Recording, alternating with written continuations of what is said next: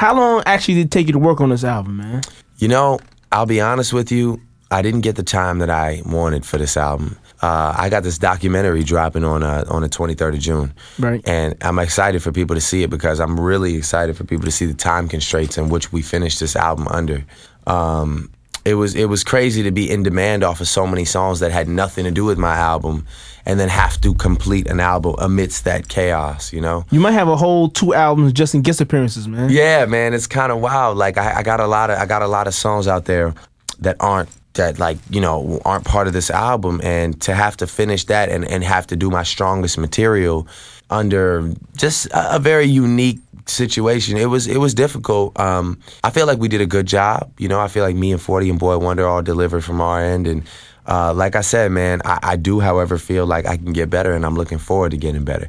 So the biggest thing about today, being June 15th, I guess it's only June 15th for a little bit longer, but being June 15th, my biggest thing is, you know, I want people to get the album and appreciate it, but I want them to also understand that this is only the first one. So all they got to do is just want a second one from me and just give me the chance to get better. Now, what song on the album is most special to you, man? Oh man, you know, there's so many songs that are special for different reasons. Like I love Karaoke because it was such a risk I took and so many people embrace it. I love The Resistance because it's like if I sat here in this room and listened to that song with all of you, I'd feel so awkward. Like I'd feel so weird because I was just like overly honest on that song. I love Show Me a Good Time because, you know, me and Kanye got a chance to work, and it was just great to be able to rap on a Kanye West beat. It's something I always wanted to do. It's a dream come true. And I'd probably say my other favorite song would be Light Up. Right. Hove. Yeah. Now, I heard they called it the Rikers remix. Yeah. With the Wayne verse on it. Yeah. How'd that come about, man?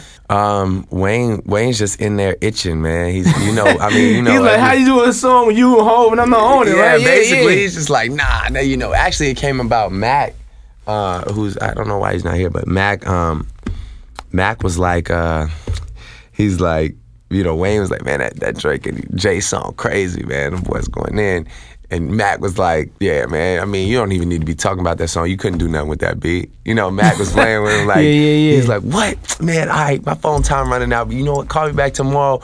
As soon as we get on the phone, play the beat. So Mac called him back with the engineer on the phone. They played the beat, and Wayne just rapped this verse in one take. That was it. It sounded hard, though, yeah, man. It was crazy. I was just telling my man Javon, I'm like, yo, is Super Engineer Duro touch them vocals up? It might be something special he could do with that, man. Yeah, man, we need to fixed a lot. We had a lot of situations on the phone where we fixed it up, made it sound real nice, man. Yeah, we need to get that like sounding perfect because that verse is legendary. Yeah, man. definitely, man, definitely, man. Things, now you also went to see Wayne at Rikers, man. Mm-hmm. Yeah. How was that, man? Situation looking? It's Rikers Island, man. It's you know, it's never looking too bright, but we just all sort of find joy in the fact that it's not like a 4-year bid or a 5-year bid or a 10-year bid. It could have been worse, definitely. You know, he'll be out soon and back with us all, giving us the music that we love, and it's kind of, you know, and I don't mean to sound weird saying this, but it's just sometimes people need a break, and maybe it was a God-sent break. You know, sometimes people need to distance themselves from an artist to really rediscover and love them even more. You know, and I think Wayne's got a lot of years left in this game, and maybe it was just, you know, the same thing with me tearing my ACL. Like sometimes people get too hyped, too hot, and need to sit it down for a second and give people just, you know, give people's ears a rest and come back and just destroy. And I know Wayne is ready to do that. So how was that rehab for you with your ACL, man?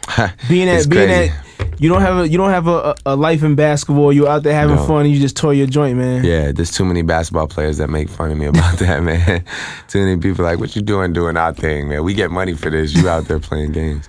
It was crazy. Actually, shout out to Jackie Long, too. Jackie, that's my man. Oh, man. I already know this story. Jackie tore his ACL, too. Man. Just got his surgery like a couple days ago. I know he's at home in bed. I gave Jackie my rehab doctor's number.